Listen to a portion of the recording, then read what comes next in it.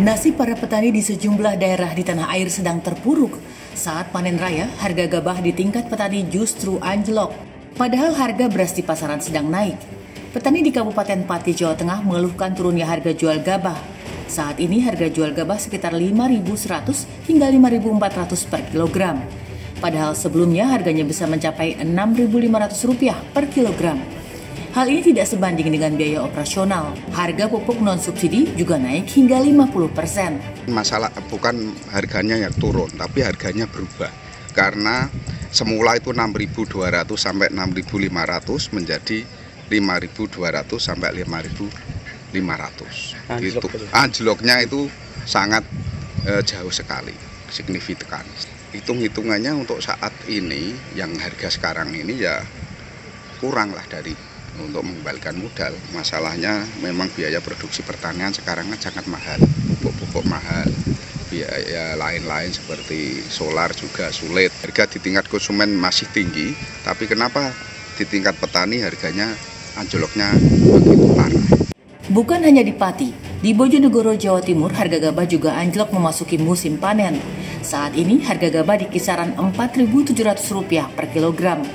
Padahal sebelumnya bisa mencapai Rp5.600 per kilogram. Harga gabah untuk yang krentek besar, niku itu mas, harganya 4.700, turun mas. Sebelumnya ya 5.600, 5.500, sangat drastis, lumayan. Harga kok turun terus gitu loh mas. Sepekan sebelumnya, Badan Pangan Nasional dan Bulog membuat kesepakatan batas atas harga beras dan gabah dengan sejumlah perusahaan penggilingan padi dan korporasi padi besar. Dalam kesepakatan itu, harga batas atas gabah kering panen di tingkat petani sebesar Rp4.550 per kilogram. Lagi-lagi, saat panen raya, nasib petani jadi taruhan. Setelah minggu lalu kami sudah membahas sebenarnya berkaitan mengenai rencana impor beras ketika panen. Nah, di edisi kali ini Indonesia Business Forum kembali melanjutkan karena semakin banyak petani yang kemudian mengeluhkan dengan HPP yang ditetapkan karena itu di bawah harga jual yang mereka rasakan atau hasil hitung-hitung dari para petani. Oleh karenanya di malam hari ini kita mengangkat tema mengenai panen raya tetapi petani menjerit. Saya sudah bersama dengan 3 orang narasumber di studio untuk bisa mendiskusikan lebih lanjut berkaitan mengenai tema kita dan supaya ada secerca harapan kira-kira begitu dan penjelasan lebih lanjut mengapa 4.500 yang kemudian ditetapkan sebagai harga pokok pembelian gabah petani untuk panen kali ini. Di sebelah kanan saya sudah ada Kepala Badan Pangan Nasional yang minggu lalu sebenarnya juga sudah bersama dengan kita, Pak Arief. Selamat malam, sehat? Selamat malam, Assalamualaikum, sehat Mbak. Harus terus sehat ini. Bismillah. Lama-lama kita kasih seragam TV One kayaknya Pak Arief karena tiap minggu ke sini. Karena memang ini menjadi isu hangat, banyak petani yang kemudian berteriak akibat dari penetapan harga 4.500 itu Pak. Kemudian ada anggota Komisi 4 DPR RI dari fraksi PKS Pak Andi Akmal Pasludin. Pak Akmal, apa kabar? Alhamdulillah baik, selamat malam. Assalamualaikum warahmatullahi wabarakatuh. Waalaikumsalam warahmatullahi wabarakatuh. Emang beda kalau habis deklarasi capres wajahnya. Berikutnya ada Sekretaris Umum DPP Serikat Petani Indonesia Bapak Agus Ruli Ardiansyah. Pak Agus, selamat malam. Selamat malam Mbak. Assalamualaikum warahmatullahi wabarakatuh. Waalaikumsalam warahmatullahi wabarakatuh. Kita ke Pak Agus dulu. Pak Agus, ada begitu banyak video yang beredar di media sosial yang mana ini menggambarkan bagaimana kemudian petani ini sangat kecewa dengan penetapan harga oleh pemerintah. Nah, kalau dari catatan Pak Agus yang berhasil dikumpulkan dari teman-teman se-Indonesia, ini bagaimana sebenarnya? Iya, pertama tentu kami menyesalkan ya dengan adanya surat edaran dari Bappenas. Dengan adanya surat edaran itu justru itu semakin membuat harga anjlok ya, terjun bebas ya, yang memang di pasaran saat ini menjelang panen raya 5.600 dan turun bahkan lebih dari 1.000. Bisa sekarang di beberapa daerah saya konfirmasi sebelum ke sini di Banten dan di Jawa Timur itu bisa sampai 4.000 harganya. Jadi dari 5.600 berarti ya sekitar 1.600 anjloknya. Dan ini menurut saya sangat kita sesalkan ya, surat edaran yang sebenarnya kalau kita lihat itu hanya semacam kesepakatan antara Bappenas dan pengusaha gitu, dengan Bulog, dengan Perpadi dan beberapa korporasi. Dan ini dampaknya sangat merugikan bagi petani. Dan kita tahu sama-sama harga pokok produksi gabah ini ya semakin tinggi gitu, dari mulai lahan, sewa lahan, terus biaya bahan bakar untuk traktor, benih, terus juga pupuk. Dan ini harusnya dibicarakan tentang harga pembelian pemerintah yang sudah sejak 2020 tidak ada perubahan dan harus disesuaikan.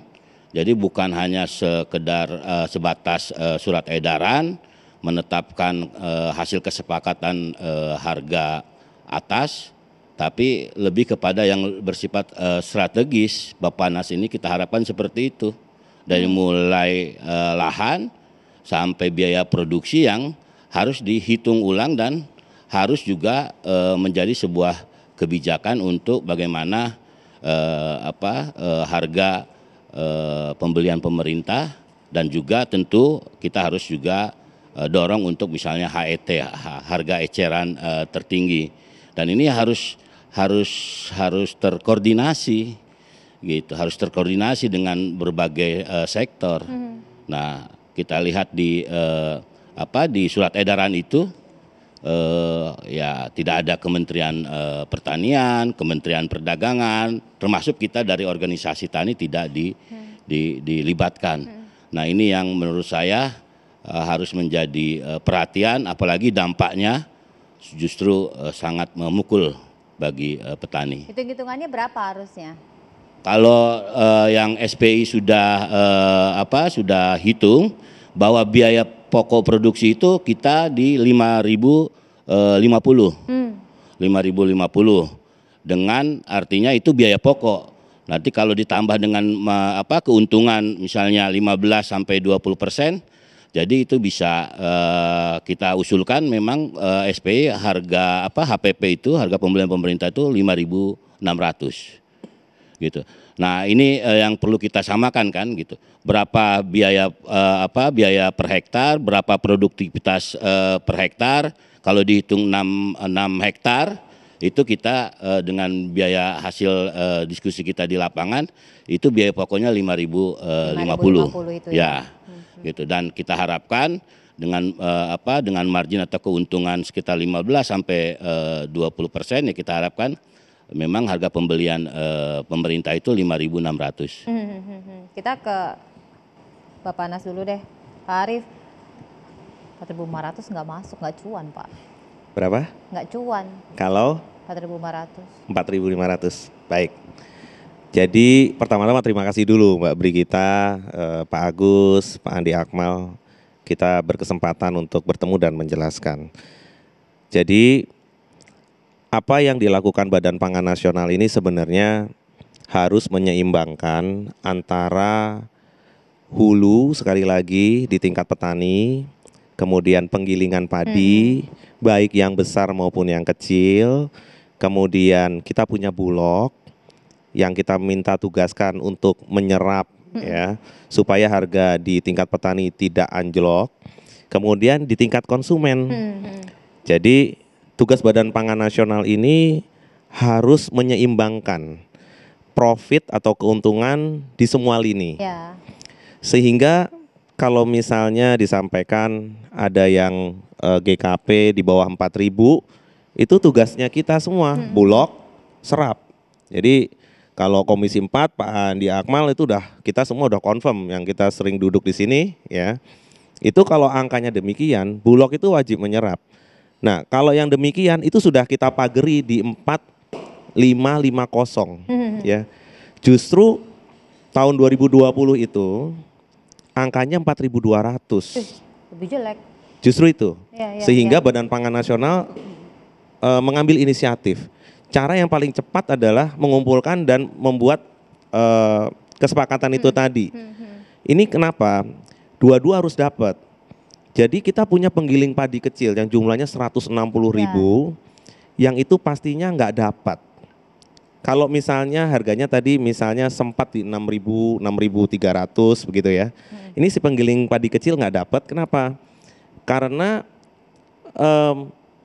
pada saat produksi itu di bawah daripada jumlah konsumsi, itu rebutan gabah. Misalnya Pak Akmal menawar 5.500, nanti Pak Agus menawar 57. Saya penggiling padi besar, no limited, saya beli dengan harga 6.000, 6.300 misalnya. Bagus buat petani, bagus buat penggiling padi besar, tapi tidak bagus untuk penggiling padi kecil, plus tidak bagus untuk konsumen. Konsumen itu jumlahnya juga banyak, sehingga di sini memang Badan Pangan Nasional harus menyeimbangkan. Ya. Kemudian langkah berikutnya, kalau ada beberapa menyampaikan sudah ditetapkan HPP, belum. Jadi kemarin kami mengundang termasuk Ketua SPI, kemudian KTNA, unsur-unsur dari seluruh stakeholders di bidang perberasan baru kita undang. Karena menetapkan harga pada saat harga yang masih tidak normal hari ini, pada saat supply-nya itu masih shortage ya, itu nggak pas juga gitu. Sehingga perlu diketahui bahwa termasuk besok, kemarin sudah ada preliminary dengan beberapa stakeholders perberasan, yang besok itu di Bogor ya, kita juga undang nanti teman-teman dari serikat, semua unsur HKTI dan lain-lain, kementerian, lembaga, besok hadir.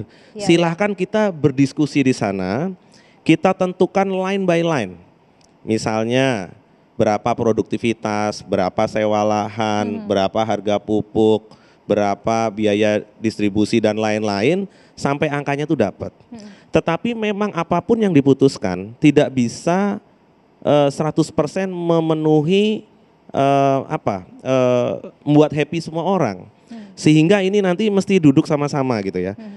Mungkin happy buat di satu sisi misalnya penggiling padi kecil, tapi tidak happy buat petani misalnya. Atau semua happy di hulu, tengah, tapi di konsumennya inflasi tinggi, harga tinggi, berarti daya beli masyarakat yang jumlahnya 277 juta ini juga akan sama. Jadi sehingga kita ya memang harus duduk bareng seluruh stakeholders.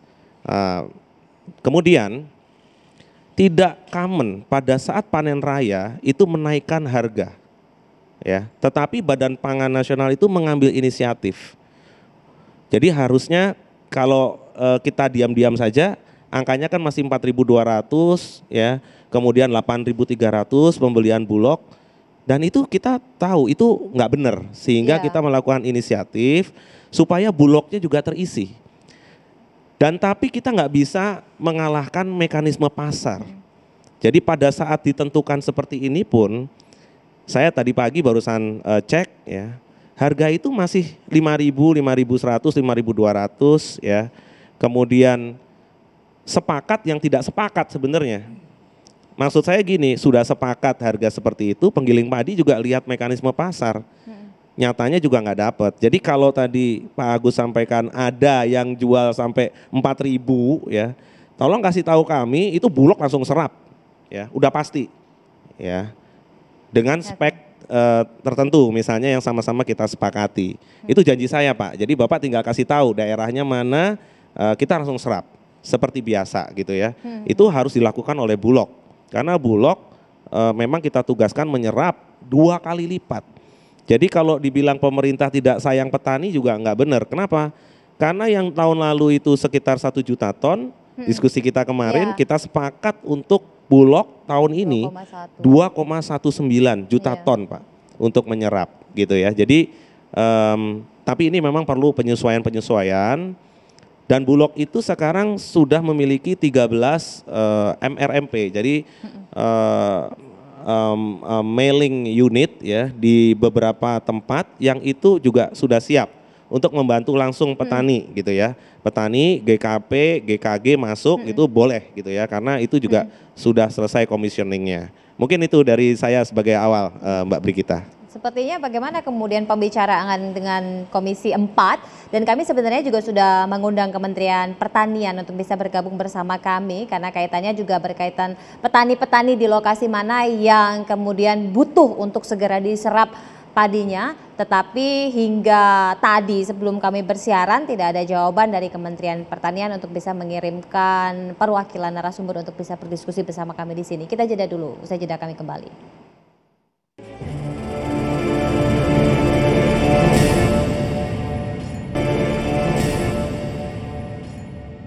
Kalau saya tidak salah sudah dibicarakan ya di Komisi 4 Pak ya. Silakan Pak Akmal.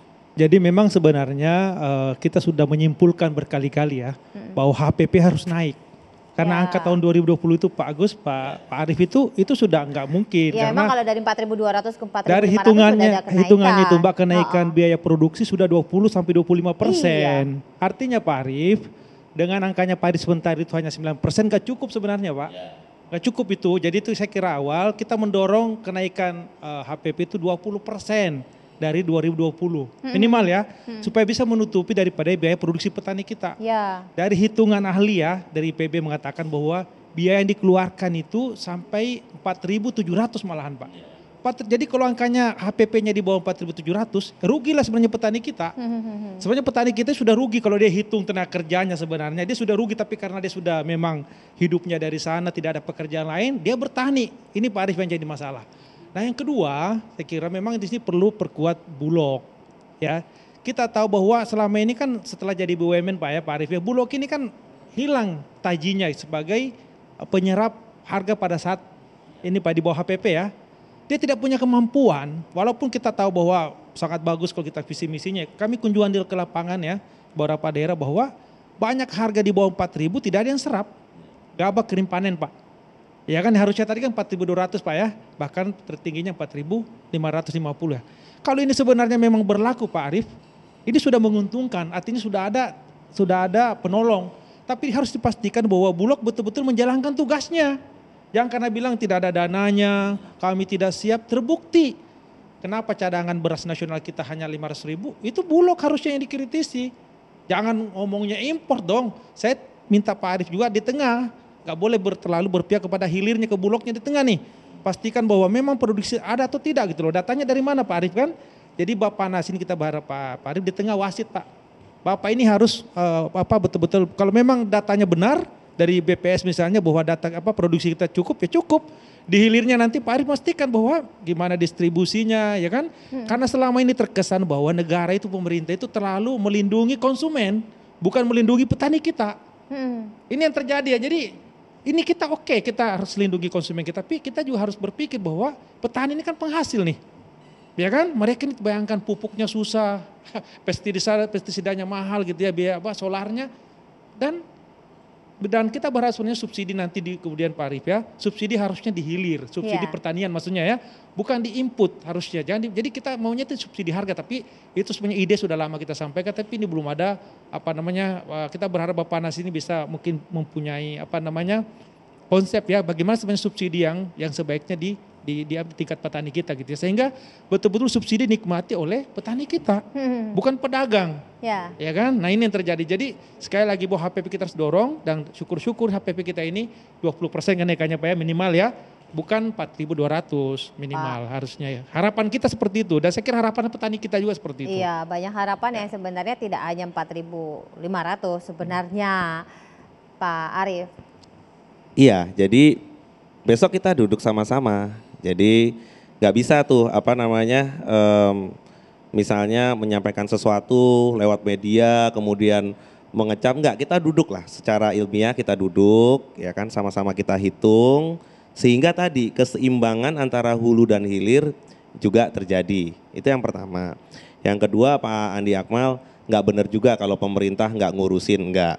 Saya maksudnya ngurusin apa nih Pak? Enggak, maksudnya ngurusin seperti tadi ya, misalnya nggak peduli sama petani. Bukan atau hulu. Peduli, lebih ke konsumen lebih maksudnya ke konsumen. Ya artinya kalau peduli sama konsumen berarti misalnya petaninya nggak diperhatikan, nggak juga. Kenapa? karena saya sendiri ada di sini gitu ya. Maksudnya Baru Pak Arif di Papan oh iya. Justru itu karena itu Pak Presiden itu membentuk Badan Pangan Nasional sesuai dengan dari Undang-Undang Pangan juga tahun 2012 gitu. Sehingga kita nih masuk nih Pak, kita masuk. Kemudian kan sekarang kita tata satu persatu. Mulai dari neraca komoditas ya kan. Kemudian mempersiapkan cadangan pangan pemerintah, perpresnya juga sudah siap. Tadi nih baru selesai pulang dengan Kementerian Keuangan, Dirjen DCKN ya, dengan ID Food itu membicarakan skema. Karena Pak Presiden itu menyampaikan kepada kami semua rapat internal di istana ya, bahwa ini rakyat ini ya, masyarakat kita biarkan berproduksi. Kan saya udah bahas kemarin dengan tim bahwa masyarakat berproduksi, BUMN ini difungsikan untuk menyerap hasil produksi. Ini baru keren. Nah, tapi sekali lagi perlu kan peraturannya. Peraturan sudah proses semua, sudah selesai mengenai cadangan pangan pemerintah. Berikutnya lagi. Termasuk serapan Bulog itu udah Pak? Cocok.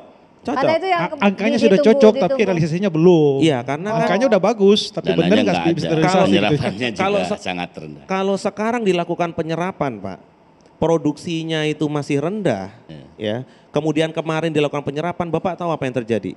Harga akan sangat tinggi, ya inflasi akan sangat tinggi karena produksinya masih di bawah pada waktu itu. Jadi nggak bisa kita dalam satu sisi aja berpikirnya. Jadi ini mesti clear bahwa pada saat bulan November, Desember, Januari kemarin, saat produksinya masih di bawah, apabila Bulog masuk. Maksudnya produksi di bawah itu gimana? Iya, data dari mana nih Pak Arif ini? Produksi di bawah itu gimana Pak? Data dari, kan kita sepakat, data dari BPS kan, bahwa produksi itu di bawah 2,5 juta ton sebulan, itu artinya kita akan berebut gabah di bawah. Kalau Bulog ikut di situ, melakukan penyerapan, harga itu akan lebih tinggi lagi. Sehingga penyerapan Bulog itu harusnya di musim panen raya. Ini harus tahu, sepakat dulu. Dalam 1 tahun, ya Pak Andi Akmal, dalam 1 tahun grafik itu kelihatan bahwa panen raya itu Maret, April, Mei itu, itulah kesempatan Bulog untuk menyerap. Jangan disuruh nyerapnya di bulan November, Desember seperti kemarin, nggak bisa. Sehingga kita semua sepakat bahwa HPP ini kita siapkan, kita selesaikan. Harga pembelian pemerintah ini kita selesaikan. Besok kita undang semua unsur, kementerian, lembaga, asosiasi, duduk di situ sama-sama ya. Karena setiap tempat itu berbeda. Kalau Bapak sewa lahan di Kerawang dengan di NTB, dengan di Sumatera Utara, dengan di Sumatera Selatan itu berbeda. Mari kita duduk. Angka itu adalah HPP. HPP itu adalah harga pembelian pemerintah alias floor price, Pak. Alias floor price. Ya, sehingga angka ini harus benar. Karena kalau kita tentukan angkanya itu berapa, floor price, itu pasti private itu membelinya di atas itu, Pak. Sehingga pada saat private di atas itu, strategi kita supaya Bulog itu tetap bisa menyerap dan punya cadangan pangan pemerintah, itu seperti apa? Nah, skemanya adalah Bulog itu kita berikan fleksibilitas harga. 1. Ini Pak Andi Akmal diskusi kita terus di Komisi 4. Yang kedua, kita berikan kesempatan untuk menyerap komersial sehingga bisa bersaing dengan private. Kemudian berikutnya lagi, kita baru buat nih aturannya. Bisa mengkonvert beras komersial menjadi beras CBP. Ini nggak common loh kita lakukan ini, tetapi Badan Pangan Nasional tuh sudah sampai situ, Pak. Nah, kemudian kita siapkan anggarannya. Anggaran ya yang memang standby untuk Bulog dan ID Food. Bulog itu nanti menyerap yang namanya padi, jagung, dan kedelai. The rest itu ada di ID Food. Jadi ini sudah kita siapkan semua. Peraturannya, CPP-nya, perbadannya. Nah, tinggal habis ini kita eksekusi sama-sama. Setelah teman-teman di BUMN ini mendapatkan juga ada penjaminan pemerintah di sana. Nah, kita juga apresiasi sama Kementerian Keuangan, Pak.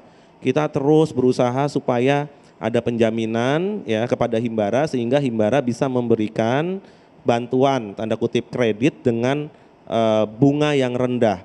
Sehingga nanti teman-teman petani itu nggak ada lagi atau peternak buang-buang telur lagi, nggak buang-buang ayam lagi. Jadi diserap dengan harga yang baik.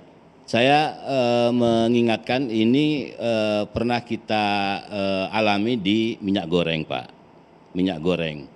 Jadi mekanisme dan kekuatan korporasi sangat dominan dan negara tidak hadir. Nah, jadi menurut saya Bappenas ini harus komprehensif dari mulai hulu, tidak hanya di ujung, di hilir tentang harga. Bagaimana persoalan subsidi tadi untuk misalnya untuk pupuk, untuk benih, termasuk juga insentif terhadap harga. Sehingga biaya produksi itu bisa juga ditekan. Dan ini harus ada peran negara. Bappenas adalah salah satu yang berfungsi untuk menentukan juga bagaimana dari hulunya itu juga dipastikan biaya produksinya tidak tinggi dan tidak merugikan petani. Saya sepakat misalnya juga memperhatikan pengusaha atau penggiling kecil termasuk juga konsumen. Di sini peran negara juga harus hadir. Subsidi, operasi pasar itu yang harus dilakukan sehingga harga layak itu bisa dipenuhi, dicapai oleh petani. Dan kita tidak mau misalnya ini hanya pelaku-pelaku usaha korporasi. Sekarang Wilmar sudah bermain. Dia akan bermain nanti dari hulu sampai hilir. Seperti sawit. Food estate sedang dibangun. Dia juga pengolahannya sampai dia pasarnya. Kita tidak mau seperti itu. Di pangan khusus beras ini tidak ingin seperti minyak goreng. Sehingga negara tidak berperan. Harga internasional bagus, orientasinya ekspor, itu yang dilakukan. Sehingga negara juga tidak bisa misalnya menentukan berapa kebutuhan pangan dan bagaimana peran juga korporasi swasta untuk tidak jor-joran membeli dan menguasai juga persoalan pangan sepertinya minyak goreng kemarin.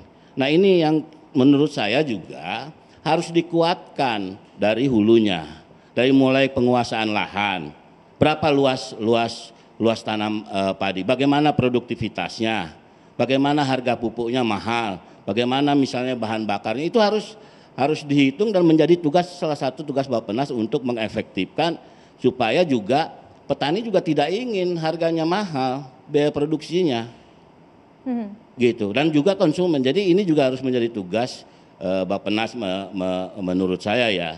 Jadi tidak hanya menghitung biaya produksi dan dikonversi ke HPP. Tidak, menurut saya lebih komprehensif. Makanya dengan Kementerian Pertanian sebagai kementerian lembaga yang bertanggung jawab terhadap produksi harus bicara gitu. Dan juga subsidi itu ya memang harus sudah dialihkan karena subsidi pupuk itu tidak ke petani, itu ke perusahaan-perusahaan pupuk, gitu. Harus subsidinya di harga, bagaimana harga, subsidi harga, operasi pasar sehingga konsumen juga bisa mendapat harga yang terjangkau, dengan juga petani bisa layak mendapatkan harga. Baik, kalau saya yang kedua ini memang saya kira konsepnya Pak Arief sudah bagus. Cuma kan kita melihat tahun lalu ini kan tidak jalan. Salah satunya memang kita nggak punya cadangan yang kuat Pak Arief ya. Jadi negara ini harus punya cadangan Pak. Sebenarnya sih dari Badan Pangan sudah punya blueprint ya. Cuma kan eksekusinya bukan Bappenas. Nah ini kan jadi masalah nih. Jadi sebenarnya angka 2 juta itu angka yang sangat luar biasa. Kemarin saya di Kendari juga dengan Bappenas, dengan Bulog Pak. Dia menyiapkan ternyata 3 triliun. Oke, Anda punya 3 triliun, bisa nggak menyerap pada saat panen raya kan? Jangan seperti tahun lalu dong, hanya 400.000 sehingga ada alasan untuk import.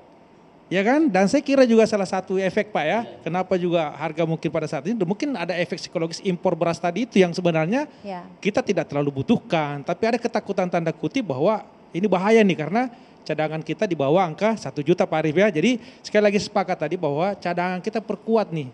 Pak Jokowi sudah menyampaikan tadi, sekarang eksekusinya gimana nih? Ya kan?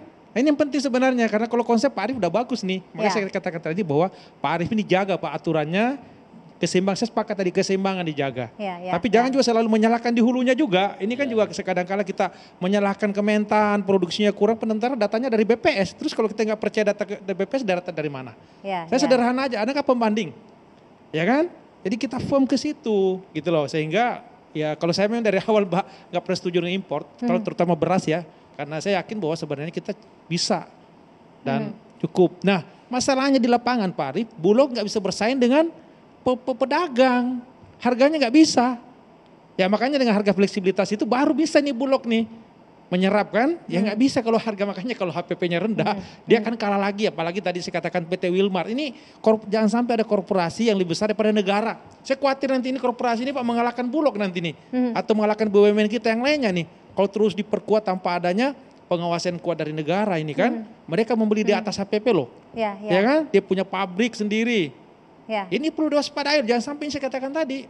Nah Pak Arief juga saya kira harus tegas di sini nih. Jangan sampai ada monopoli gitu kan. Ada yang bisa menciptakan harga sehingga dia pengendali harga. Ini kita khawatirkan sebenarnya seperti itu.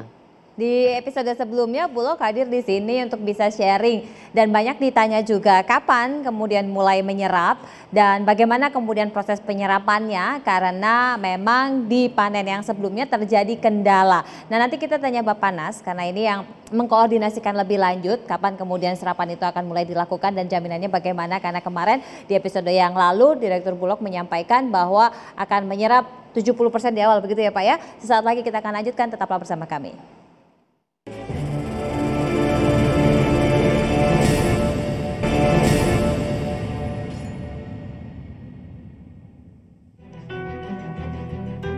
Untuk harga memang di awal-awal panen kemarin cukup bagus sampai di kisaran 6.000. Cuman saat ini sekitar ya 4.100 kalau dihitung dari kenaikan harga panen saat ini sesuai dengan yang ditetapkan oleh Badan Pangan Nasional ini ya masih sangat jauh. Sesuai dengan usulan kami di KTNA itu kan sekitar 5.400, 5.500 kan begitu. Ini kan kami melihat dari harga di saat BBM naik, Saprodi juga naik, biaya tenaga juga naik. Ya sekarang ini murah Mas, 39.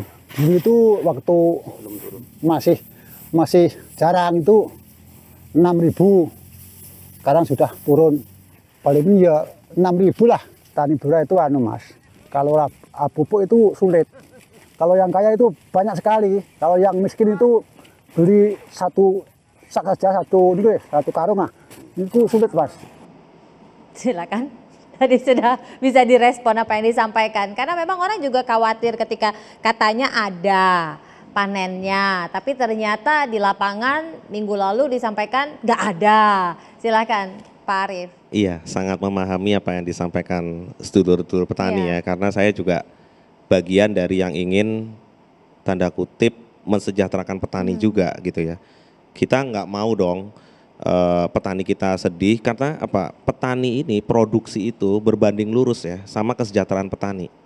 Jadi kesejahteraan petani itu berbanding lurus sama produktivitas kita. Sehingga perlu memang kita adjust. Tadi saya sampaikan bahwa ini dalam 1 hari 2 hari ini ya semua kita bahas bersama-sama. Berarti 4.500 itu belum diketok. Memang belum ada HPP pemerintah belum ada.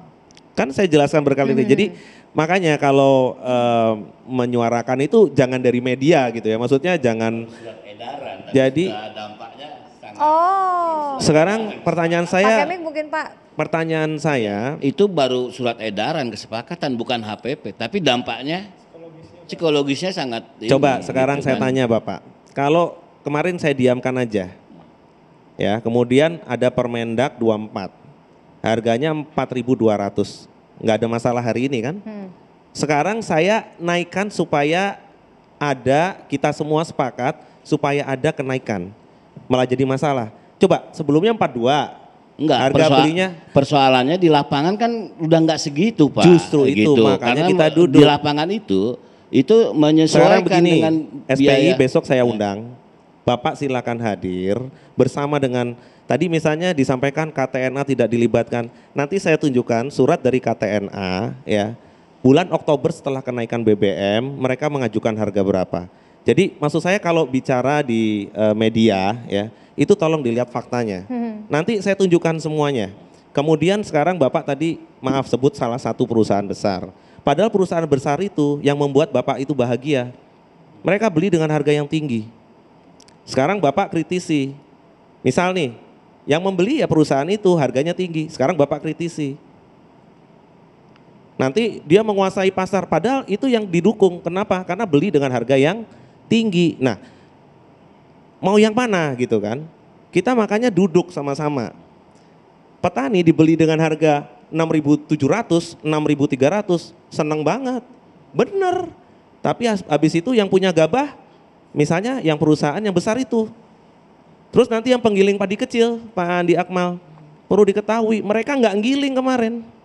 Yang 160.000 perusahaan penggiling padi kecil, itu yang sama teman saya Pak Sutarto Alimuso kemarin, itu nggak nggiling, nggak ada bahan. Nah,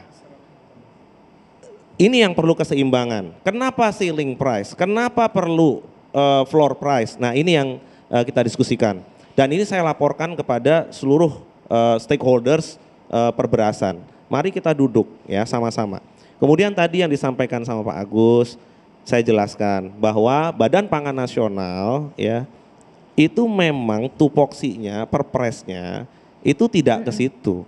Jadi nanti Pak Andi Akmal addressingnya bukan ke Badan Pangan, ya itu ada kementerian atau lembaga lain yang bukan Badan Pangan. Karena Badan Pangan itu mengurusinya ketersediaan dan stabilisasi. Ya, kemudian berikutnya penganekaragaman konsumsi, ya itu di Badan Pangan, sehingga nanti bisa pas nih addressingnya. Yang di Badan Pangan saya sampaikan kita duduk sama-sama.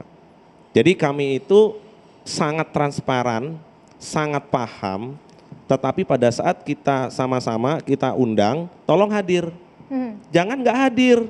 Nih besok ya sudah ada undangannya.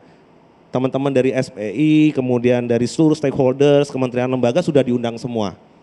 Kita duduk di situ, kita tentukan satu persatu biaya produksi itu apa saja. Kita bedah cost structure-nya. Ya, kalau nanti Pak Andi Akmal berkenan datang dari Komisi 4, welcome. Ya, tapi kita duduknya ilmiah, jangan ke belakang. Habis itu lewat media sosial, ini nggak benar, ini itu. Enggak, kita nih mau duduk sama-sama, ya, sehingga persoalan ini, challenge ini bisa kita selesaikan sama-sama. Dan pemerintah itu hari ini ada Badan Pangan Nasional yang siap berdiskusi, siap bersama-sama Bapak Ibu semua, ya, mensejahterakan petani, ya, membuat pedagang untung, konsumennya tersenyum. Dah tuh tiga-tiganya. Ini paket komplit yang agak sulit karena mengumpulkan banyak orang dengan catatan tadi yang berbeda-beda range harganya. Kita udah kerjakan di jagung, kita udah kerjakan di telur, kita udah kerjakan untuk ayam itu satu paket, jagung, ayam, telur. Kenapa beras itu terakhir? Karena beras ini sampai dengan kemarin itu masih begini ya. Pada saat seperti ini kita nggak bisa tentukan sesuatu ya secara jernih. Sehingga sekarang waktunya kita sama-sama diskusi siapkan untuk HPP. Gitu. Jadi saya ulang sekali lagi ya Pak, Badan Pangan Nasional harus mempertimbangkan mulai dari produsen, kemudian penggiling padi besar dan kecil, yang tadi membuat Bapak bahagia tadi dengan angka yang tinggi, tapi di sisi lain dikritisi jangan sampai terlalu besar ya, nggak kebagian. Ini harus saya sampaikan sehingga nanti fair dan di hilir ingat daya beli masyarakat. Itu juga hal yang penting dan itu termasuk rumah tangga tani juga. Ini agak deg-degan juga ketika ngomongin soal HPP karena nanti dampaknya ke konsumen yang akan membeli. Betul. Tapi Pak Akmal ini Komisi 4 yang mewakili. Harus seimbang ya Pak Akmal. Panenannya ada kan wajar. ya? Panenannya ada kan ya barangnya kalau dari hasil evaluasi Komisi 4? Iya, kalau kita lihat dari luasan tanam dan juga data yang ada, harusnya ada. 2,5 juta yang artinya, ditargetkan ini jangan selalu jadi patokan bisa, kan? kita itu kan cadangannya Bulog. Itu kan karena kemampuan Bulog untuk menyerap. Ini kan selalu jadi kemampuan Bulog ada cuannya untuk ini kan menyerap. Yang jadi gini konsep dari Bappenas itu udah bagus. Udah benar, saya setuju tadi tapi bukan Bappenas ini kan konsep yang jalankan bukan Bappenas. Ya kan? Nah, tinggal gimana semuanya bersinergi tadi itu kan. Nah, misalnya harapan kita kan namanya stok beras itu 2 juta ton, tapi kan nggak pernah tercapai. Ya kan? Padahal kalau kita lihat kan produksinya ada. Banyak. Ya itu kan yang jadi pertanyaan besar kita, di mana masalahnya sebenarnya gitu. Apakah karena Bulognya tidak mampu membelikan harganya kerendahan, kalah sama pedagang, atau berasnya tadi itu terbatas. Itu kan sesuatu yang perlu kita bedah lebih dalam Pak Arief ya. Dan saya kira sekali lagi Pak Arief sudah memberikan sebagai guidance, tapi sekali lagi bahwa yang menjalankannya ini loh. Kementan saja dengan anggaran 14 triliun Pak, dari 30 triliun dulunya ya, bisa dibayangkan ya. Tapi anehnya produksi tetap, artinya bahwa ada atau tidak adanya anggaran negara, petani tetap menanam, kan gitu. Jadi, benar, Pak. Jadi begini, kita memang harus membuat sistem pangan secara nasional. Jadi tidak hanya cadangan pangan pemerintah, tapi cadangan pangan nasional yang ada di penggilingan, yang ada di masyarakat. Nah itu yang harus juga kita bangun.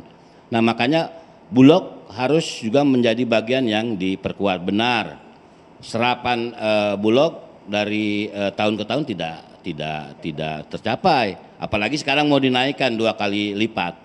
Nah ini harus dipastikan, artinya HPP-nya berapa, dia harus bisa menyerap, dan bagaimana mekanisme dia harus memaksa untuk bisa diserap dengan anggaran yang menurut saya juga jangan anggaran yang komersil, yang itu juga menyebabkan juga Bulog artinya harus berbisnis, sementara dia sebagai buffer stok dan juga penstabil harga, itu yang harus dikuatkan.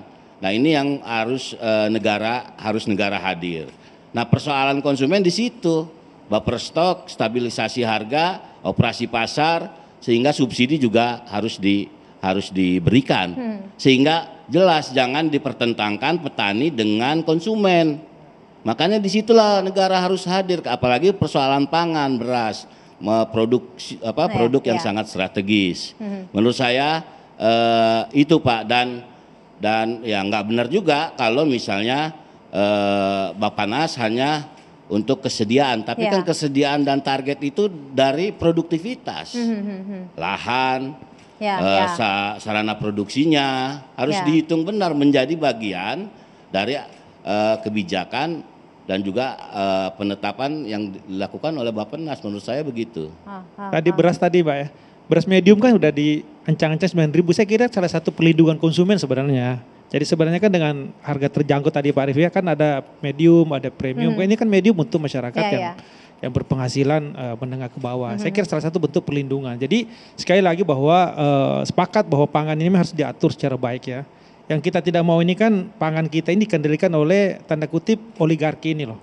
Kepentingan saya katakan tadi Pak Arif, ini kita bicara yang lama ya, bahwa import ini sesuatu yang sebenarnya bisa kita produksi dalam negeri. Kenapa kita harus import misalnya? Ya memang bukan di Pak Arif, tapi kan kita dorong anggarannya mungkin Kementan ini kenapa dipangkas? Menteri Keuangan kita sampaikan di Banggar kemarin, dari 30 triliun kenapa hanya tinggal 14 triliun? Bisa dibayangkan Pak, berapa program-program yang berkaitan dengan produktivitas pertanian tidak bisa dijalankan. Mungkin dialihkan ke BUMN untuk subsidi pupuk kayaknya, supaya petani pun juga bisa tenang gitu ya. Kita lanjutkan sesaat lagi. Jadi solusinya bagaimana supaya paling tidak carut marut dan deg-degannya petani ini tidak terus berlanjut setiap tahun. Karena ini setiap tahun biasanya begini, apalagi jelang panen raya deg-degan, apalagi tahun ini didaungkan gitu ya akan impor. Nah ini yang kemudian membuat banyak petani akhirnya resah dan gelisah saat ini. Kita lanjutkan sesaat lagi, jangan kemana-mana, tetap bersama kami.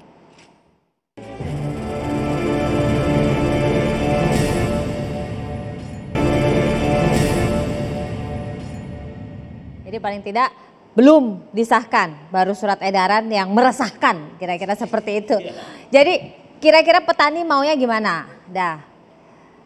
Ya kalau dari kami bahwa HPP harus dirubah, karena jelas ya dari 2020, dan harus dihitung benar berapa biaya pokok produksi, ditambah margin untuk petani.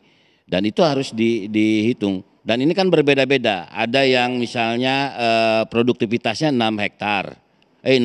ton per hektar.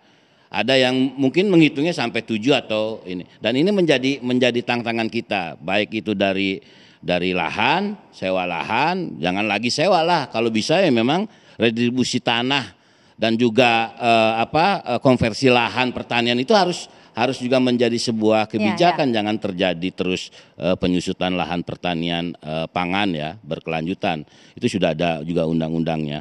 Dan juga ya bagaimana biaya produksinya, subsidinya harus dilihat apakah efektif subsidi pupuk, harus diinikan.